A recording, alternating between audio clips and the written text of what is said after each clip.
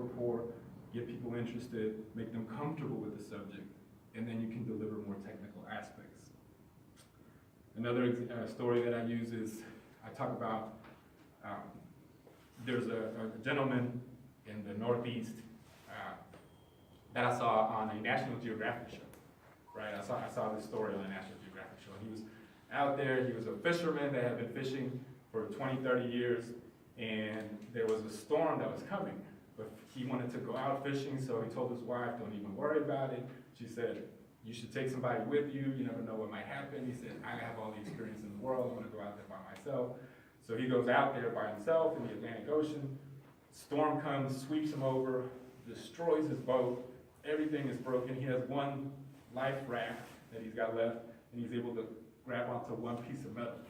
And so he's floating out in the ocean in the middle of nowhere, and time passes, and he starts needing to be able to eat. So he starts using that piece of metal to catch fish, and he's able to eat fish. But even so, more time passes, and his body starts decomposing, and he's feeling worse.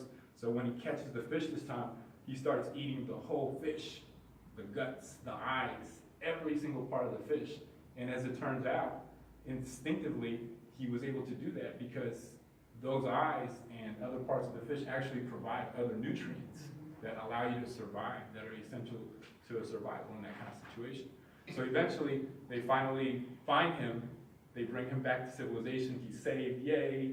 And so now whenever he goes to a restaurant, he'll go to the restaurant, order the fish, and he eats the whole fish, and everybody in the restaurant is looking at him like, oh my God, this guy is weird. You know, he's like eating the eyes and eating everything.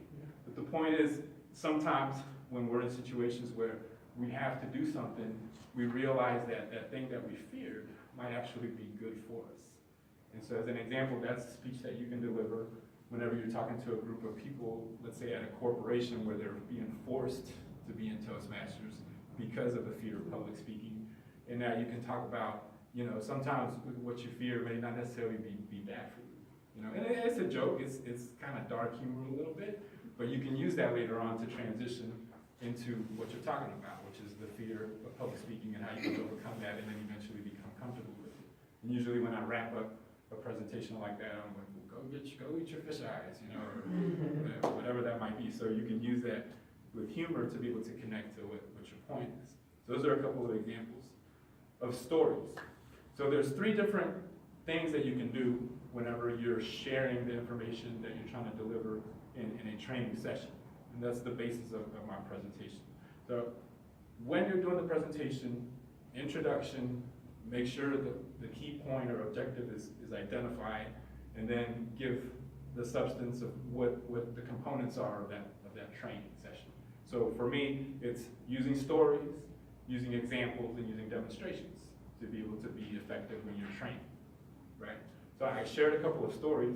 An example that I've used whenever I've taught defensive driving, for example, is you want to make sure that in order to avoid rear-end collisions, you maintain the appropriate following distance. So what I do sometimes is I'll ask somebody, can I get a volunteer from the audience? I really need a volunteer from the audience. Okay, so Tammy, I want you to stand over here, and I want you to count off 3 seconds as you walk. Walk off 3 seconds. Okay, now turn around. Okay, all the way, and then close your eyes. Okay, all right. So when we're driving, right, the idea is that we should maintain a 3-second forward rule. And so depending on the speed that you go, that's obviously going to be more distance, right? So I'm going to make sure that you don't get hurt. Keep your eyes closed, okay? But I'm going to make sure that you don't get hurt, so I'll be here to protect you. But what we're going to do is the audience is going to count off 3 seconds, and you're going to keep walking straight, okay? There's a pillar in front of you. I remember. All right, so everybody ready? We're going to count off 3 seconds, and you keep walking, Tammy, ready? 1, 2. All right, ready? 1, 2, 3. 1, 2, 3. Okay, all right, so, yeah, so, okay, but you started slowing down your speed, right? Okay, thank you. Stop looking. All right, appreciate it. She's slowing down her speed because a lot of times what we do is we underestimate the amount of time that we need. You know, whenever we're in a rush, whenever we're in the mindset of, I need to get somewhere quicker, that counting time that you count is a lot quicker. 1, 2, 3, I gotta get this done. But whenever we're objectively seeing it from an outside perspective where everybody else is counting off 3 seconds based on their concept of time, you have that fear of, you are already started stopping, right? So imagine if you're driving in a vehicle and it's the same thing. You don't have that opportunity to slow down your vehicle because your vehicle is going to slow down based on the laws of physics, not based on your own individual laws, right?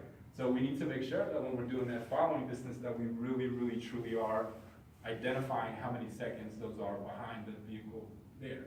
And one good way to practice that is to drive down a familiar road. So it's a road on the way to your house or something like that that you drive by all the time. Look at a fixed object, a tree, a post, a lamp, something, and then as you drive each time, estimate the amount of time that it would take you to count off 3 seconds to get to that particular position. When you do that, you become comfortable with understanding the relative distance of what that is. So whenever you're out on the road, you're able to gauge that distance a little more. And because you do it repetitively, it becomes instinctual. So you get a sense of what those distances are. So that's a good way to practice maintaining following distance.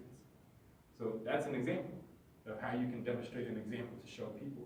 And they're going to remember that. Because for one, it's kind of funny because when they're taking it serious, a lot of times, you bump into the thing or, you stop them right before they do that. But people find it enjoyable as an example, but it really delivers a point. And people will, when they're on the road, will remember that example, which will help encourage them to actually follow through on what it is that you're trying to tell them. So that's an example of that. Another example, you have 3 sheets of paper that are next to you. Does anybody not have 3 sheets of paper? What I'd like for you to do, and if you've seen me do this before, then play along with me. And what I want you to do is to make a paper airplane.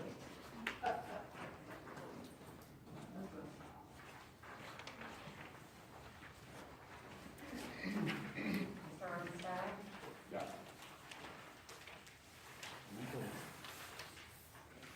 And I'm gonna give you about 20 seconds. For what? 20 seconds to make a paper airplane. Let's all make a paper airplane.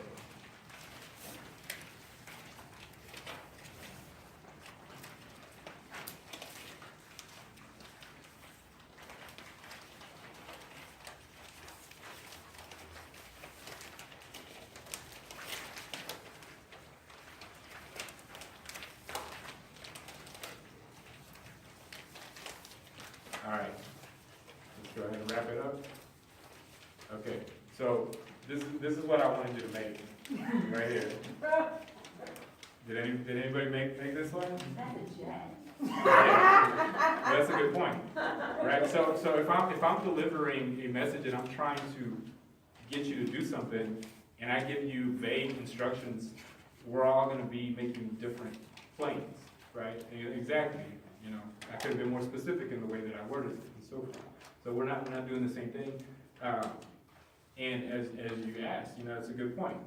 How many times when we're providing training sessions do we allow for the people that are in the audience to ask questions to clarify things? Most of the time they're not asking questions because sometimes they don't want to be there, sometimes they're afraid of asking, or they just don't think about it. So this time what I want you to do is we're going to make a paper airplane, but I'm going to talk you through it. So take your second sheet of paper.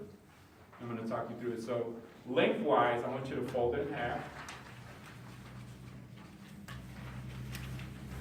And then I want you to take the 2 top corners and fold them into the crease.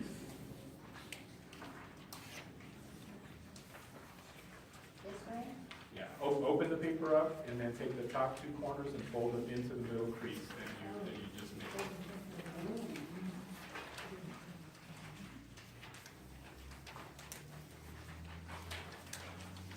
Then I want you to fold it back in together. And then take the 2 edges that are on the outside and fold them towards the middle, towards the top of the plane. Okay, say that again. Say that again. Take them, the top pages, and fold them towards the bottom of the airplane. And I'll give you 10 seconds. It's a lot like my first name. Okay, so what does everybody have? Let's see what you got.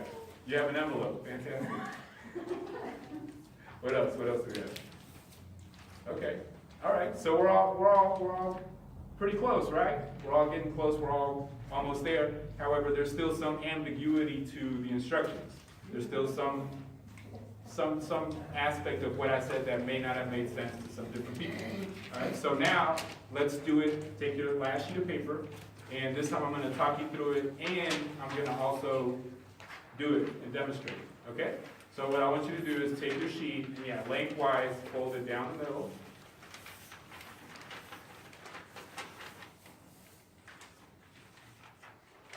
Okay, and then we're going to open it up and take the top two corners and fold them into the crease.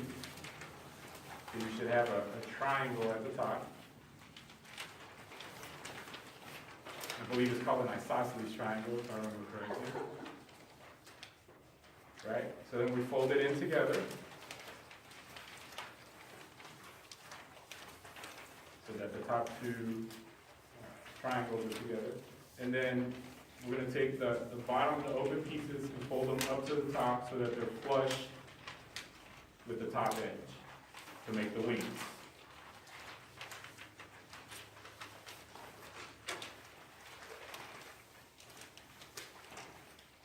Okay, and then open up your wings, and there we go.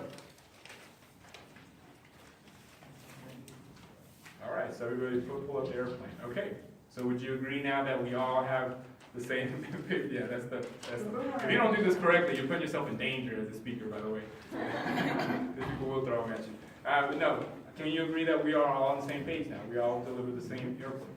Okay, so keep that in mind when you're training. It's good to be able to tell people how to do something, but it's also good to provide a demonstration if it applies. And that way everybody can be on the same page, and as we said at the beginning, the objective is for everybody to be able to understand how to do a particular process the same way as should be expected. Okay. Last thing that I want to do to show you is a demonstration. And some of you have participated with me in doing the improv trainings or classes that I've done. So we'll do one example of a listening exercise. And if you've heard this one before, also then play along as well. But one way to be able to become a better listener is to do different improv exercises.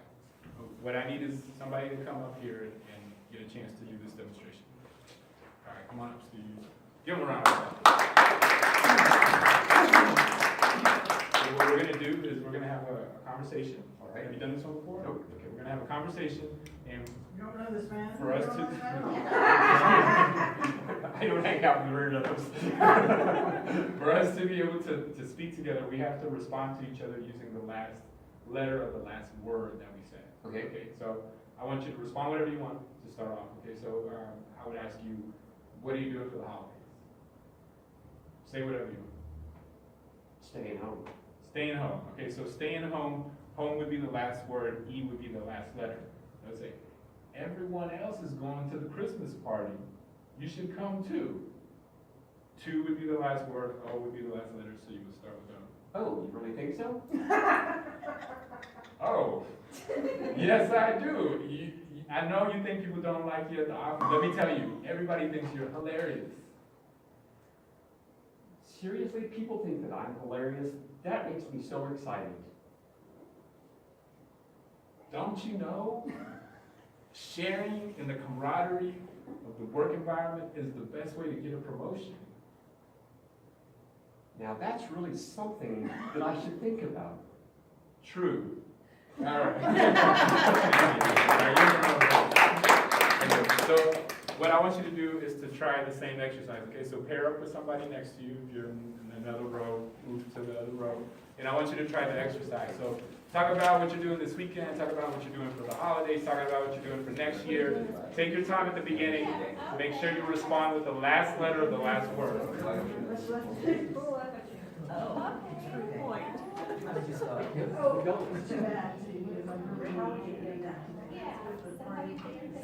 Great. Every time I that Tuesday's really my favorite day of work. 30 minutes. Plan 45, but it took me an hour. Especially this week. Going to school. Oh, that's a shame. Yes. Right. Everything on my list. I need to look over it. Everything has to be balanced, I understand. I You just get my up to Jesus. space, I so love to stay at church. When I get home, that's my night. Oh, I should have done something. All right, let's take 30 seconds to wrap it up. 30 seconds.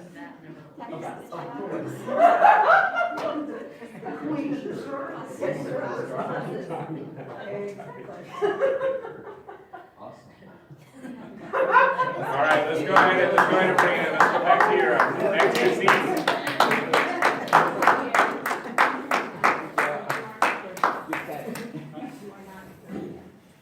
Okay. Well, close.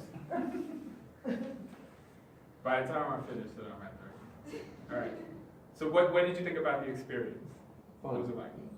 It was interesting. It was interesting. Were you able to? Did you get better as you went along?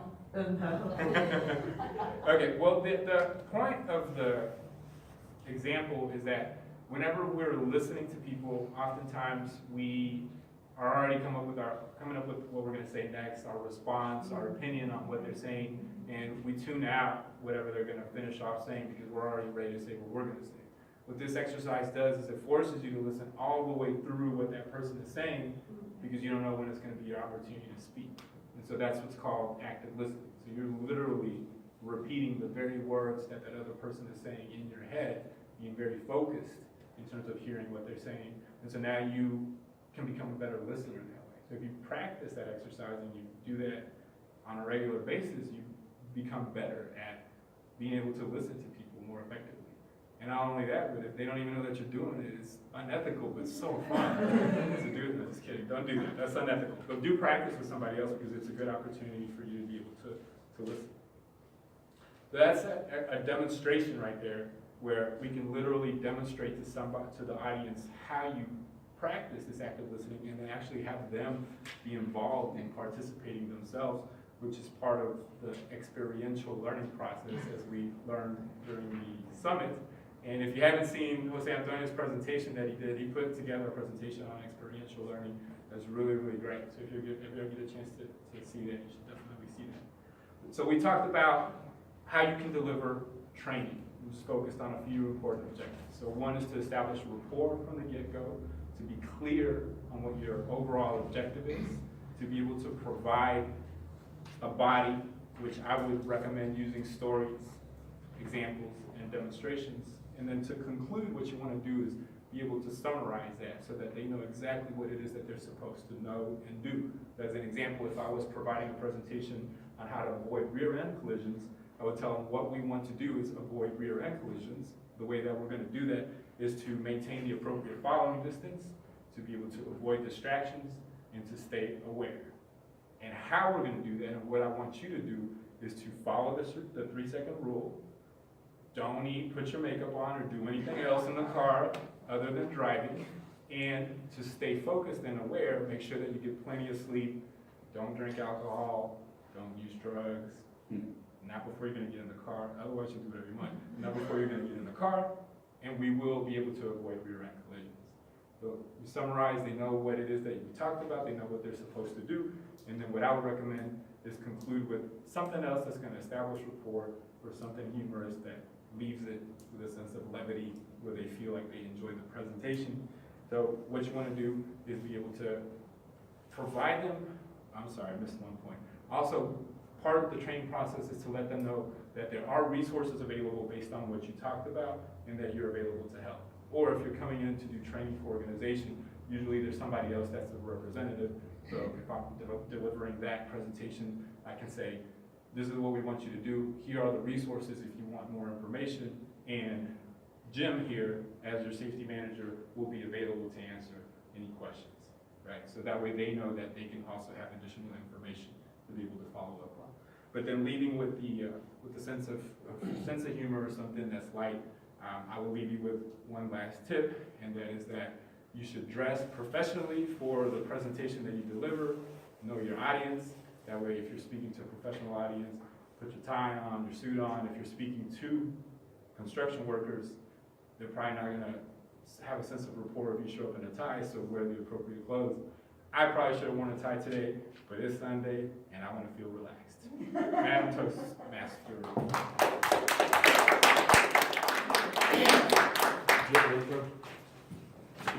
I would be happy to actually introduce you to the class. Oh, no, I don't. Well, I'll still introduce you. Okay, great.